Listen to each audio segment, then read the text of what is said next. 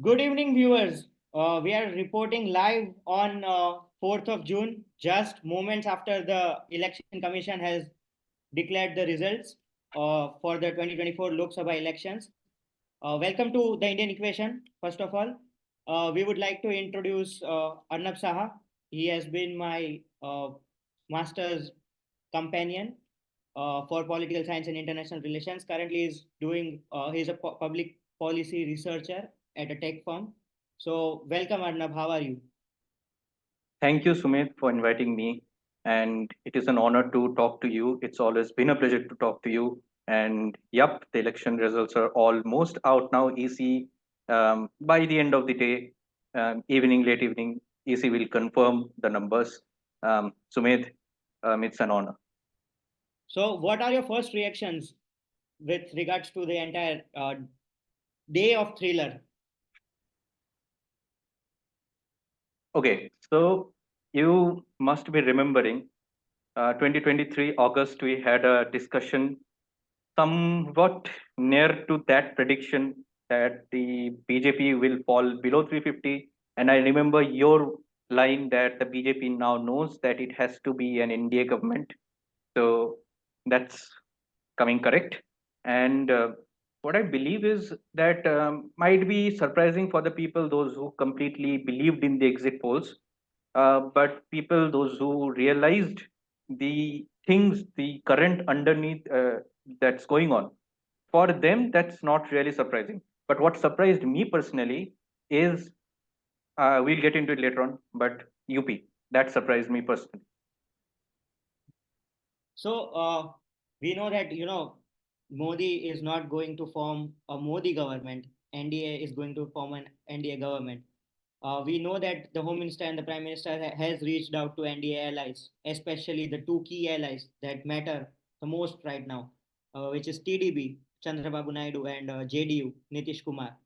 There have been speculations that Sharad Pawar has also reached out to both the leaders, and the India alliance would be meeting tomorrow to decide on what next steps they would be taking with regards to staking a claim to the government. Where do you think the situation is going from now? Um, you named the two key allies. Yes. Exactly, that's hitting the nail on the position that you should hit. Um, Andhra Pradesh elections, the TDP is back, YSRCP is gone. What I think right now, India has a better chance of capturing or keeping these two allies within the fold, and they might get fence sitters as well. I don't think so that these two allies will look to go towards the opposite side, that is the India alliance or India, as you may want to call it. There are some regional political equations that would be stopping them. So you mentioned about Uttar Pradesh. For me, there were three big surprises, which was Rajasthan, Uttar Pradesh, and of course Maharashtra. A lot of us actually believed that there would be a cut in the vote share of BJP in the core support base of Hindi heartland, and they might be able to compensate for that with more vote share and more seats in the south, like Odisha and Andhra Pradesh, and also West Bengal. So how do you see this scenario? Because they actually lost more in their own core base than they gained in the new frontiers for them. To be honest, the gain was only in Orissa. In Bengal, they have lost. I think now Bengal is at 11 for BJP.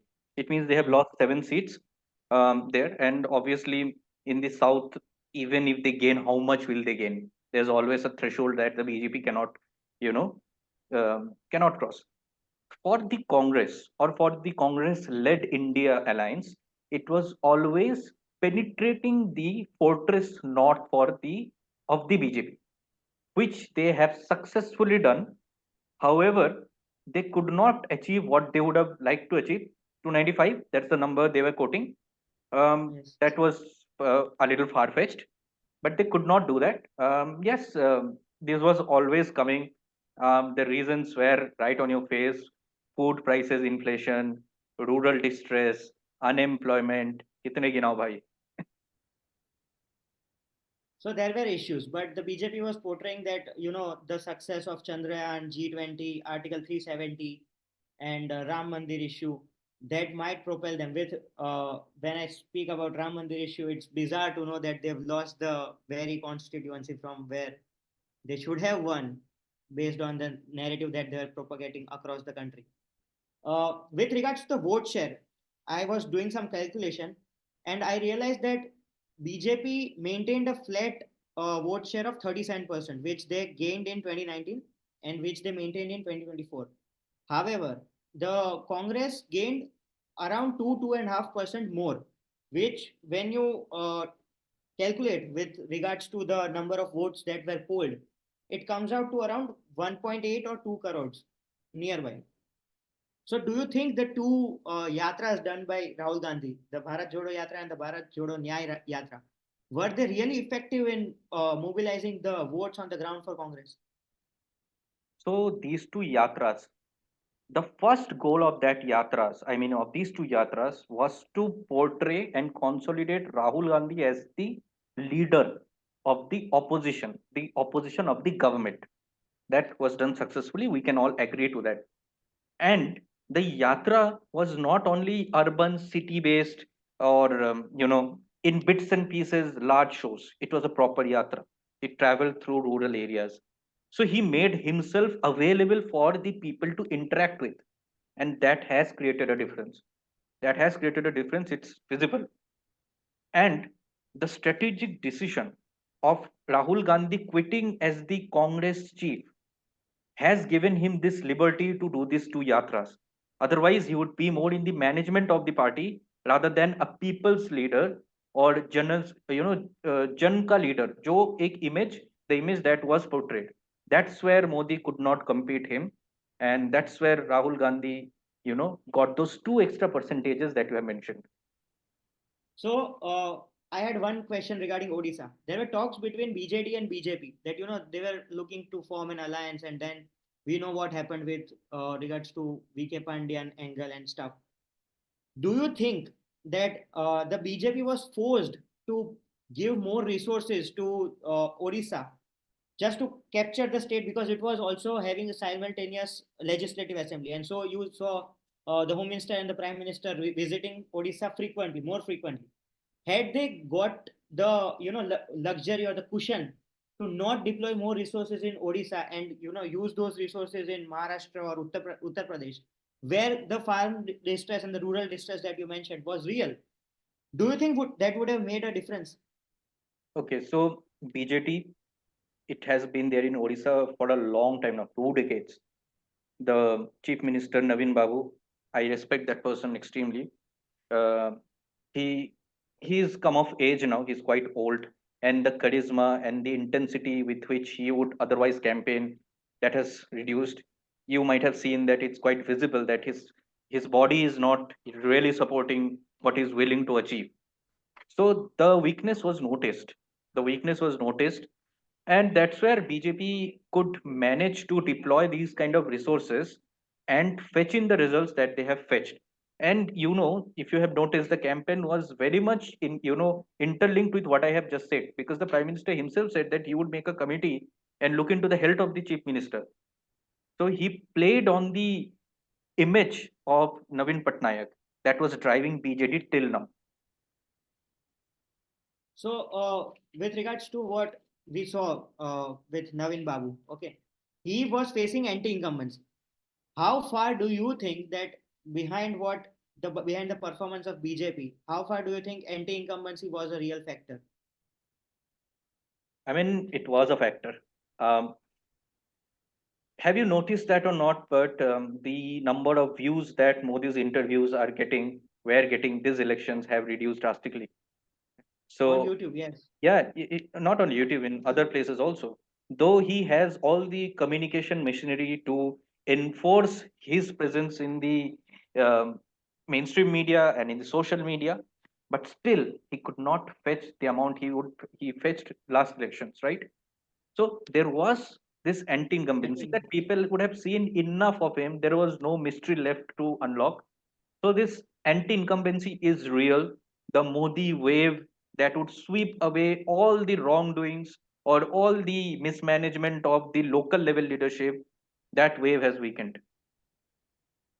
So, do you agree with the narrative that the Congress just laid out in their press conference, that this is the victory of democracy, and otherwise the constitution would have been murdered, or it would have been a dictatorship? And we have seen that this narrative has been very effective on social media. But do you think this was enough to translate the vote on the booth? On the booth, the votes that you see on the booth, people do not vote for narratives. I mean, there is a sect that who would generally fall into these emotional appeals of narratives from both sides, but people vote you on the basis of what their life is like in that tenure. And this vote, I think the micro level analysis will come out. This is rural India voting against the government. So for me, firstly, I would not correlate, good results of the opposition as victory of democracy or not. That really cannot be correlated. But yes, a strong opposition is generally good for democracy, and I believe that the opposition coming stronger is going to, put a cap or maybe reduce the speed with which the independent or to be independent constitutional institutions were being tinkered and touched to favor the sitting government. That includes the court. Oh, that is a big statement to make. That includes the court, because we have seen that at times judiciary has been the only opposition that has been active against the government. But coming back to how the BJP played out their strategy, there were four key elements. Welfare schemes in the name of the prime minister. Then there was this narrative of Hindutva. Then you had nationalism against Pakistan, and then you had the Ram Mandir, Article 370 and stuff. The opposition, however, challenged these narratives with something like casteism, or more profound socialism. In their manifestos, they generally took a position opposite to the Uniform Civil Code. So there were instances wherein the trend trend behind the narrative setting of the election was not going in the favor of BJP, but they were still trying to fight. In this regard, do you think that whatever Congress has got, should they consider this as a victory for themselves? Okay, let me divide your analogies into two parts. One is the welfare schemes, and second is the casteism and the identity-based, politics. Um, Before that, also, I will answer your question in very short that yes, Congress has improved, and it's not Congress; it's the idea of the Congress that has fetched this many seats. Because this time it was an alliance before the election. It's been 1 year since they have thought about it, and they have divided the seats, and those seats have been converted into election victories that you're seeing right now. Right now, coming to the welfare schemes and the welfareism, the BJP also has a very strong welfare-based outreach, right? But but did in the last 10 years these welfare schemes change the life of the people or play up to the aspirations of the people, those who were beneficiaries of these schemes? That's the question that the people, the Janta, has answered, right? And the second question about the identity, both of the sides have different ways of playing identity politics, right? Here, in this case, I would not I would not draw this analogy that the caste politics has won, though there is a huge victory of the Samajwadi Party, but but the divisive politics that the Bharatiya Janata Party had gone through with the religion-based identity politics, that has backfired on them in UP specifically and West Bengal. So till the opposition remained divided, it worked for them, and when they came together with a formula, it went opposite of them. It went against them. Now, I have a quick question regarding what would happen next. The BJP had their own manifesto, the Sankalp Patra, wherein they promised a lot of things. But now that the government will be an NDA government, they will have to sit with their NDA allies and work out a different consensus program for the next 5 years for the government to run. So, do you think the political risk that the Modi government took in the first two terms would be the same for the third term, or that would not be something that they would look to, cash in? The answer is no. This government is going to play safe. This government is also going to be very humble and listen to its allies. That is very unlikely from the second term. And this government is going to be a lot more social welfare based than what it was in 2019. So, this pressure that came from the Indian electoral intelligence, that I would call, is a good pressure. Now, things like inequality, unemployment, rural distress, these things will be worked upon, because BJP would not want to, face this scare in the next election, right? So these things will be worked upon, and the allies, they will have a greater say. We could see the TDP, though the spokesperson in the afternoon told that we are with the NDA, we were with the NDA, but the NDA, I mean, by the way, the TDP chief, Chandrababu Naidu, he did not say anything. So Hmm. he is trying to play that diplomatic, arm twisting with the NDA. Trying to keep a sense of strategic ambiguity, and this is exactly Exactly. what even Nitish Kumar is trying to keep at this moment, because they are keeping their options open from Open. both the sides. And that gives them a diplomatic edge and a better way to negotiate with both the parts. I mean, both the sides. So yes, you will see that many ministries will go to their allies, and also you will see that these key states like Andhra Pradesh, Odisha, they will fetch in a lot of central funds and projects and everything, so that these key allies, they remain in the camp. uh it was wonderful talking to you. There are a lot of different permutations and combinations that one might think of at this moment, but I would like to restrict this conversation till this point, because I think getting ahead of time right now would not help our cause. We do not want to get into discussions of something that might not fruitfully uh, come out in the reality that would support the government or the establishment. So, any final thoughts from your end? The final thought that I have to share with you and the audience who would be listening to us is, never underestimate the Indian electorate. No Okay. matter whoever you are, you will be humbled. And I'm not giving it to any particular side, but that's the general thing. Always listen to the voter. नहीं तो there is this input output theory, देख लेना, systems theory है. You have to So, listen to with regards people. to this a last quick question. BJP has 37% vote share. That means 63% of the vote share is still in the opposition. There is no political formation currently that covers the entire Hmm. 64 percentage. India bloc might take 40, around 30, 35, 40%. Do you think that after delimitation of 2026 and the one nation one election report that is already tabled, do you think that might change the entire political dynamics of the country? I mean, I don't want to get ahead of my time and comment on how they're going to go about it, but I would say that delimitation is a huge thing. Um, Yes. Obviously, the Sattadhari party would want delimitation to be in their favor. Um, Yes. but but here's a but. The North Indian belt, the Hindi belt, being in favor of them, isn't that belief and thought shaken a little? It has taken a hit. Yes. So how do To a great delimitation extent. be? So they have to rework everything now. Yes. And re-strategize for the South. Yep.